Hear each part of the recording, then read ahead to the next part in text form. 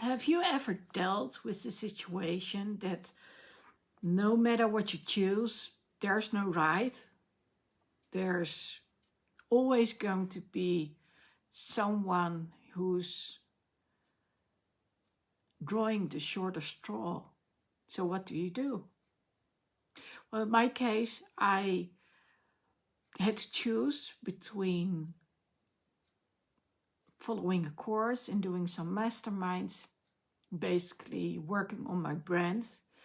And for those out there who have been struggling with their brands, and especially how to get it so it fits, it resonates, and not just with you, but also with your client, you know what I'm talking about. So what if you know that you are listening to something that's so important that you don't want anything else to interfere, but at that same time you have that nagging feeling that's telling you something is off and it's not good? So how are you able to combine this? Well, honestly, I wasn't able to combine this, and the only way I could get some peace of mind was by asking someone else, what can you see? What do you know? How's the situation over there? And yeah, it sort of gave me peace of mind, but not really. You know, the nagging feeling was still there. And so I had to choose between going somewhere, in this case to my mom, or going for the course and, you know, paying attention to it. Well, you might think, you know, of course, you can always watch the course again, which to a degree is true. But the possibility to really brainstorm and share your thoughts with someone and really seize the moment, that's a huge different thing. That's not the same. And anyway, I realized that if I would give in to that nagging feeling, that if it wasn't correct, it would cost me. That's how I felt it. And I was like, So, well, in the end, I'm not that good when I really want to be a part of something, as in knowing that it's important, and I really want to see something. So prior to this choice, I was already facing that I was watching the course and I was interacting, but I also was in a close proximity to someone else who constantly was asking for my attention, and that didn't work. So I was like, okay, what am I going to do now? Am I going to go back to my own place and have the time to myself, no one to worry about, or do I go to my mom's? Well, in the end, I didn't go there. And although it was based on what seemed to be the right information, it turned out to be the wrong information. And the result was kind of devastating, because this morning I found out that my mom, she was deceased, and she had been lying on the floor all night and most of the afternoon and part of the morning. And you know, yesterday evening when I was thinking about it,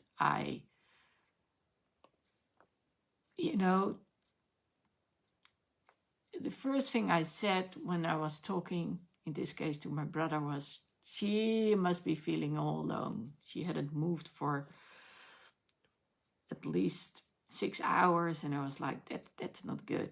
Something is off. Something is wrong. But at the same time, since we have curfew, it's, you either have to be in by 9 or you have a problem. And the exception, of course, is when I go help out my mom. So as a caretaker, I'm allowed to actually drive the streets beyond 9. And I can tell you it's happened multiple times already. And so this time I had to choose, because I either was going there or I wasn't. And if I wasn't, then I had to be back at my place before 9. So that was basically the dilemma. And, I wasn't just following a course. At the same time, I had two masterminds, one at the beginning, which overlapped. And then there was one close to the end, which was also interfering with the course. But I was like, nah, I just need to do it. And so my idea was that I would be able to go and see her today and, make up for the time that I wasn't able to spend. And apart from that, I also knew that I had been spending a lot of time with my mom. Sometimes I would go there like 3-4 times a week. But in this case, I hadn't. I had gone there on Wednesday, and my plan had been to go there on Sunday as well. But, well, as explained, I didn't. So I knew that my brother was keeping an eye on things. He had that same nagging feeling I did. The difference being it's easier for me to go there. So when I found out after the first appointment of the day, which was, by the way, really, really important, it was one of those things that if it hadn't gone well, someone else might have been in jeopardy. So people tried to reach out to me, and, well, being at that appointment, that, I usually ignore my phone. So then when I got to my car, I saw this text message which said, "You probably know this already, but Mom has died." And I was like, what? So of course I had this huge guilt trip at first. Like, I should have gone there. I was right. But then people started to talk to me, and I also got to think about some other stuff. And for one, the question is if I could have done anything about it, what had happened. I mean, if I just look back on it,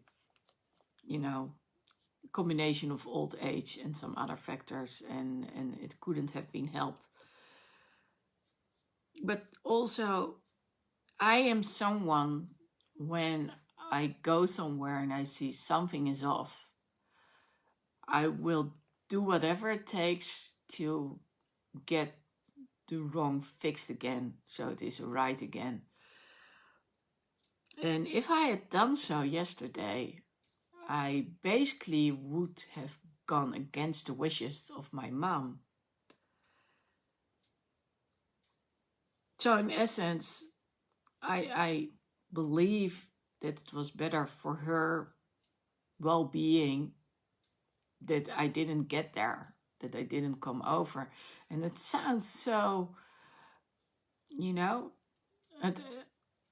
one hand, she was there on the floor, and she was on her own, and she probably was lonely as far as she was able to conceive what was going on. And then on the other hand, she was exactly where she wanted to be. And quite honestly, she looked really like she had been in peace with everything. If I take another aspect in consideration, it's about who am I choosing for? Am I choosing for myself, or am I choosing for someone else? A long time ago, I learned that if you want to support others, that your own basis has to be good. So if you surpass yourself uh, because you want to help someone else, so at the expense of yourself, basically, then at some point you cannot give anymore because there's nothing left to give. And a while ago, I had to make a decision. What am I going to do if I have to choose? And my idea was, yeah, I'll have her wait another day. She'll still be around, which was a bit strange to think, considering that I was actually saying that she was on borrowed time. I could actually see her go downhill, but man, she was strong, you know. She just kept on living and living, and she didn't want it anymore, because um, with age, certain things were not as good as they used to be. But yeah, she was still sort of going strong.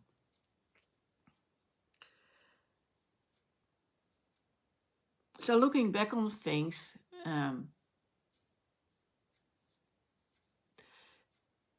don't believe there was really a right or a wrong. And although it feels like I let her down, if I really look at it factually, then I know I did the right thing. Although I still feel like I let her down, as in she was on her own, and I feel like she must have been lonely. But what's more important, being lonely or not feeling lonely, but then just getting extremely frustrated because you are taken out of the environment that you want to be in? And when your wish is to be at your place, and just to die in peace at your own place, then who am I to say, okay, we're going to the hospital and we're going to do this, that, and the other? Well, of course, I didn't have that choice. But as I said, I know myself. And if I run into someone who is not doing very well, I will call that doctor, and I will call the paramedics. I mean, I don't want to see someone suffer. It's the same kind of suffering as in I don't want someone to be lonely. So in retrospect, I believe I did the best thing. It's not ideal. It's not good. But it's probably the best of the choices I actually had. And also, yesterday was a very important day. I actually stayed up till very late or till really early. It depends on how you look at it. And, I really got my story nailed. And that was because I was able to brainstorm with someone else. And the other ones on that same call, they actually found it really useful to hear how I was being questioned by coach, to find out what the story was. And had I been there over there, I wouldn't have been able to do so. And that very important appointment I was talking about wouldn't have happened either. So it would have been at the expense of two other people. And as I said, there's not really a winner here. It feels like there are losers, but then again, it's not all losing either, because there was a win. She got to, she virtually died on her terms. She got to pass on the way she wanted to. And of course, I know she must have been scared at some point, even if it was just for a sec. But, you know, in the end, she was peaceful, so it was good. And, well, like I said, if I hadn't done so, I most certainly would have done something that hadn't been that good. And of course, there would have been suffering in the long run. So, and I'm still pretty stoked about all the stuff I got done last night. So yes, it feels like, yeah, I guess that nagging feeling is still around, but then again, do we have to keep beating ourselves up? Or can we at some point say, it wasn't ideal, but sometimes that's the way it works. Things aren't ideal. And what do? Well, I made my choice, and I believe I can say that it was the best choice. Again, I'm not too thrilled about it. It wasn't the ideal choice, but the other choice would have been way worse, even though I would have been around. And it's conflicting, so that makes it rather difficult. And I guess that this is not even about whether I was there or not, because I've given it a lot, in the last few weeks, months, years.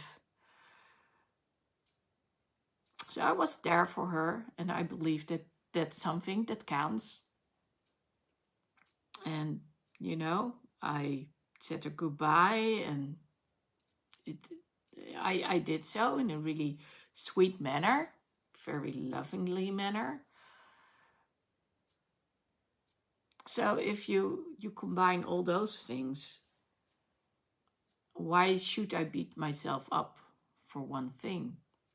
But that's it. This is not about beating myself up, as it is about simply missing her. And, it's about, did I miss out on an opportunity to tell her I love you and, just make her feel good. But the other part would have been that I wouldn't have been that patient, because I actually wanted to do something else. And I guess that's when it comes down to those choices. I guess that's what it comes down to. What are the costs if you go do something when you want to do something else? So is it worthwhile if you're going to do it? I know that what I did was good, because I know the results, and the results are amazing. Could I have done it at some other time? Possibly. But it could have been a very long while before I had been able to do so. And I need to be able to do it now. It is, there's no time like the present to go do stuff. And so I guess that when it comes to relationships and choosing between, in this case, setting up something which is really important, can you say, but it's more important than a human life? But this wasn't just about the human life. This was about the human making her own choices. And, things could have been differently if she had made other choices, and things could have been differently if I had made other choices. But like I said, in the end, this was for the best. And, well, it's not easy, I'll admit it. It's not easy, but it never is when you lose someone close to you. So I guess what I can do is make the most out of what I've got right now. And one of the things I've been doing consistently was recording a video. So one of the things I really wanted to do today before going to sleep was recording a video. And I wasn't sure how I was going to get into the structure or what that structure was today. But I knew it was going to be about two sides of the coin, or maybe it's three sides of the coin in this case. But you know, sharing it with you, I believe that the most important message about this is not so much whether you should be following your gut feeling when it tells you something. And I do believe in doubt, just do it. So I could have done it. But I did weigh all my options and I did consider them carefully based on the information that I had been given. And well, then we just get to, okay, what was the end result? And was it really that bad? And I guess it's also about the little subtle things.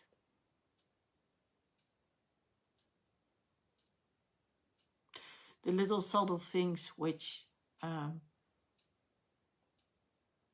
related to, okay, it may not be perfect, but it's something along those lines. And, you know, sometimes that's just good enough.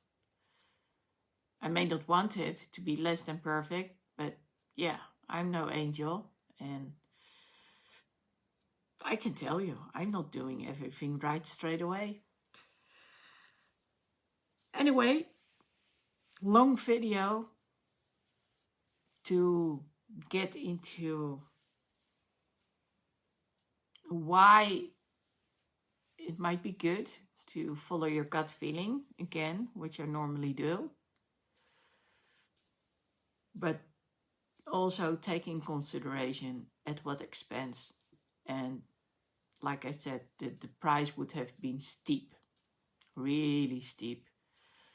And, you know, had I known that this was just about her being lonely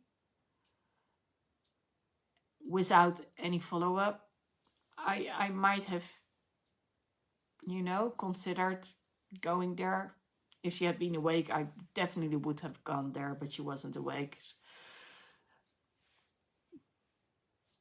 But like I said, it's having chosen for myself, which is still a weird thing to do for me, did end up with the better results for everyone involved. And sometimes that means letting go of the guilt and letting go of actually that whole question of, did I do good? Did I choose the right side of the coin? Well, I'm convinced that I did.